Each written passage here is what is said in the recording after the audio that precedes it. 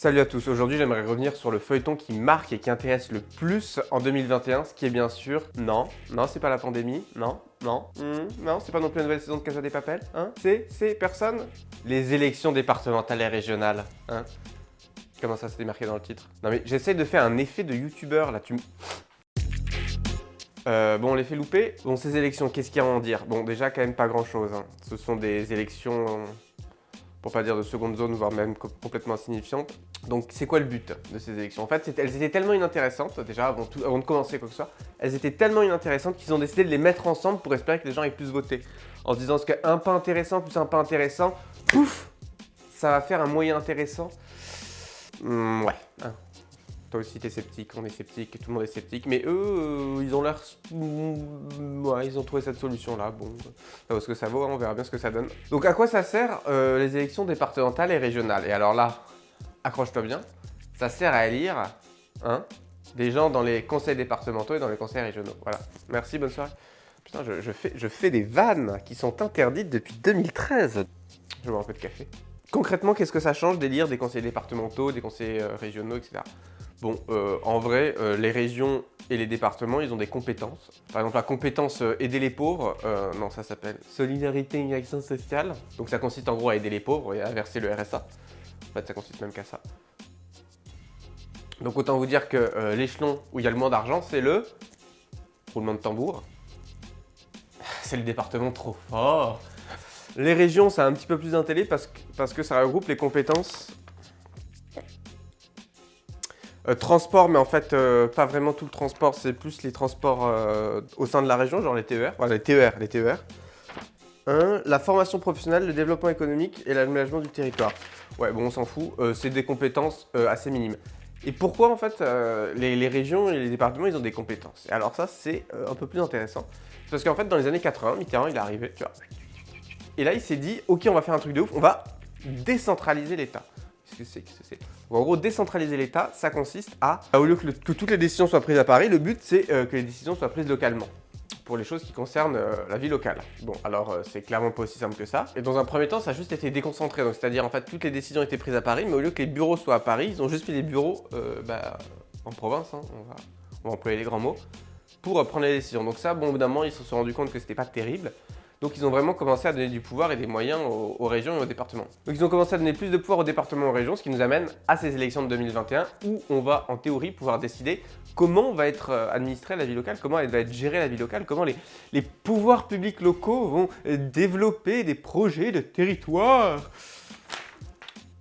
Bon, en vrai, si tu regardes cette vidéo, il y a peut-être une chance que tu fasses partie des 4 personnes sur 10 qui vont aller voter, mais clairement, tout le monde en a rien à foutre et tout le monde a raison d'en avoir rien à foutre parce que concrètement, ces élections, à part élire des gens, ça va pas drastiquement changer ce qui va se passer, hein. Donc en fait, en élisant des gens au sein de ces collectivités locales, c'est plutôt être la manière dont on gère l'argent et grosso merdo quelques programmes qu'on va choisir de développer, quelques projets, mais vraiment... c'est pas ça qui va drastiquement changer ta vie. Déjà que certaines personnes pensent que c'est pas le président qui décide, mais alors les collectivités locales, mon pauvre... Voilà, hein. Ah, ils décident de pas grand chose. Cette petite toile de fond étant posée, on peut maintenant passer aux détails. Bon, donc ces élections, elles étaient prévues en mars 2021. Et elles ont été reportées, à cause de la crise sanitaire, par la loi 2021-191 du 21 février. Merde, putain, c'était 22. Par la loi 2021-191 du 22 février 2021. Elles ont été reportées par cette loi du 13 au 20 juin 2021. Et alors là, la semaine dernière, le vendredi 9 avril 2021, les préfets ont reçu de la part du Premier ministre une demande de concertation des maires. Alors là, tu te dis super, une demande de concertation, on va être concerté, ça va être génial. Cette consultation des maires, elle était assez simple.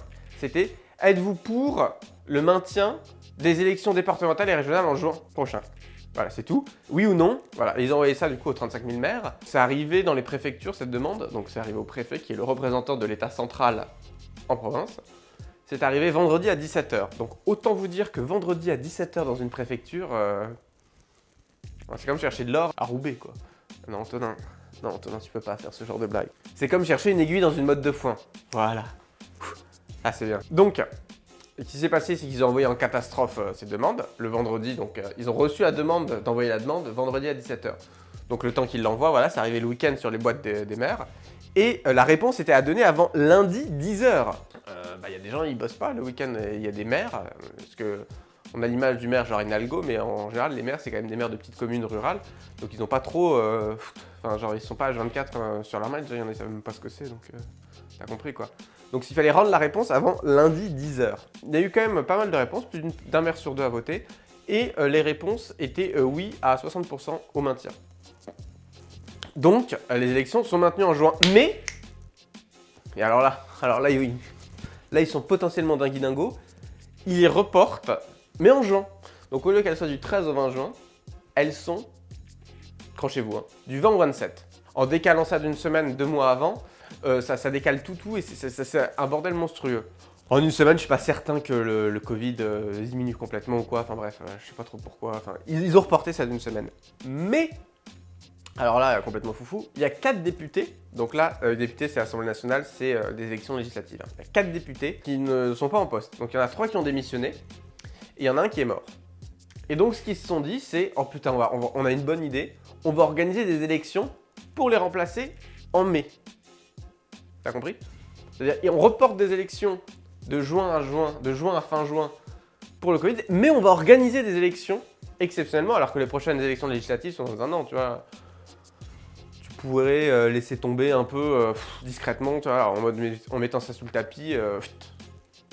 Non, ils vont réorganiser des élections législatives partielles, donc dans 4 circonscriptions, pour élire des députés pour un an, sachant que on ne peut pas faire d'élection si la prochaine élection est normalement prévue un an après. Comme les élections législatives sont en juin 2022, il aurait suffi d'attendre un peu avant juin, parce qu'il faut un délai pour convoquer les électeurs. Il aurait suffi d'attendre un tout petit peu et ça passait comme une lettre à la poste. Ah bah non, les délais, machin, on peut pas faire d'élection, tout le monde est content.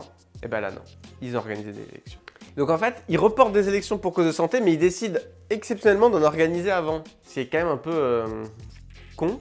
J'espère qu'avec cette vidéo, tu seras passionné toi aussi par ces élections départementales et régionales. Bon, en tout cas, j'espère que tu auras appris 2-3 trucs, ou au moins que maintenant tu écouteras les infos quand on parle des élections régionales et départementales et tu diras « Ah oui, ces élections dont tout le monde se fout mais qui intéressent certaines personnes. » Et voilà, tu seras de ces certaines personnes-là. Si jamais tu as aimé la vidéo, n'hésite pas à t'abonner, à aimer la vidéo ou à mettre un petit commentaire, ça fait toujours plaisir. Si jamais tu veux me parler, j'ai mis mon Instagram en description.